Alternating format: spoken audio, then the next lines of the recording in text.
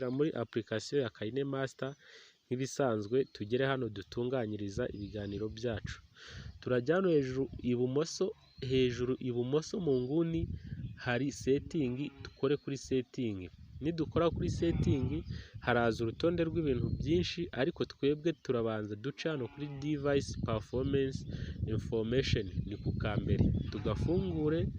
Nugafungura uragera ahantu hameze gutya hari amagambo menshi, ngira ngo murabibona.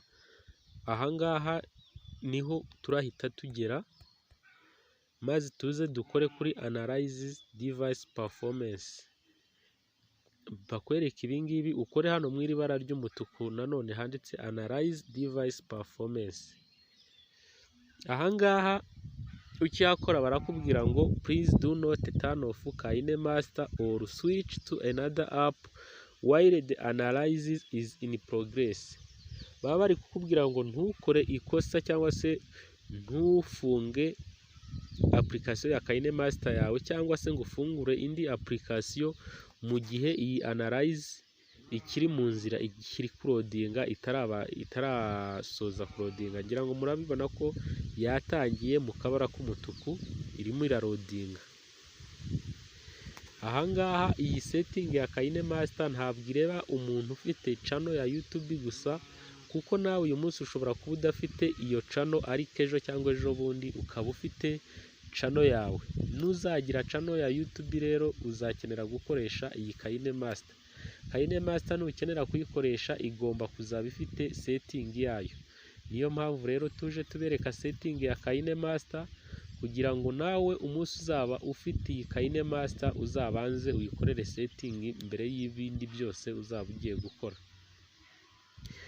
Ndetse nawe niba usanzwe ufite channel, ushobora kuba ukoresha iyi KineMaster ariko idafite setting.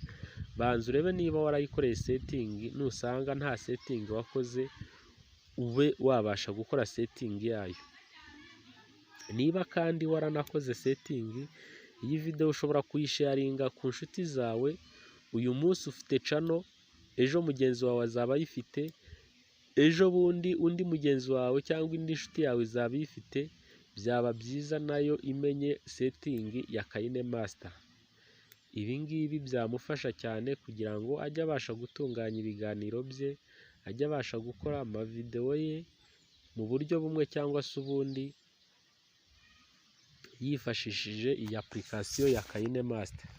Twongera gusaba wowe utarakora subscribe ku Buryo TV ko wakora subscribe kugira ngo ujye urushaho kubana natwe mu biganiro bigiye bitandukanye bica ku Buryo TV.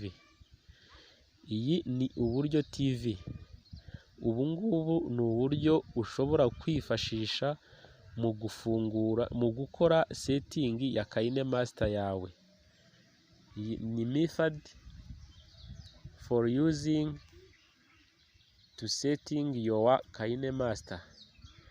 Method using for setting your KineMaster. Ni uburyo ushobora kwifashisha uri gusetinga KineMaster app yawe, kugira ngo ujye ubasha gukora ibiganiro cyangwa se video zigiye zitandukanye wifashishije iyi application ya KineMaster. Murabona ko analysis yacu isa n'igiye kurangira. Ahangaha turi muri setting ya application ya KineMaster. Aha murabona ko analysis yacu irarangiye, dusubiye hahandi twari tuvuye. Nk'ibisanzwe urahita uza hano hejuru kuri telefone yawe iburyo hari fresh, tuyikoreho dusubire inyuma tuze muri advanced setting. Nuza hano muri advanced setting uramanuka kuri aka application ka gatatu kanditseho save video with up 260 fps. Uhakore haze mu ibara ry'umutuku gutya, umanuke hasi ahanditse add video clip with up to 240 fps, naho uhakore.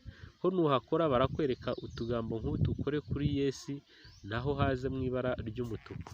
Nubisoza urasubira hariya hejuru iburyo bwa telefone yawe, ukore kwa kariya gafresh, usubire aho uvuye, wongere tena uhakore, usubire hano muri application ya KineMaster yawe. Urabusoje gukora.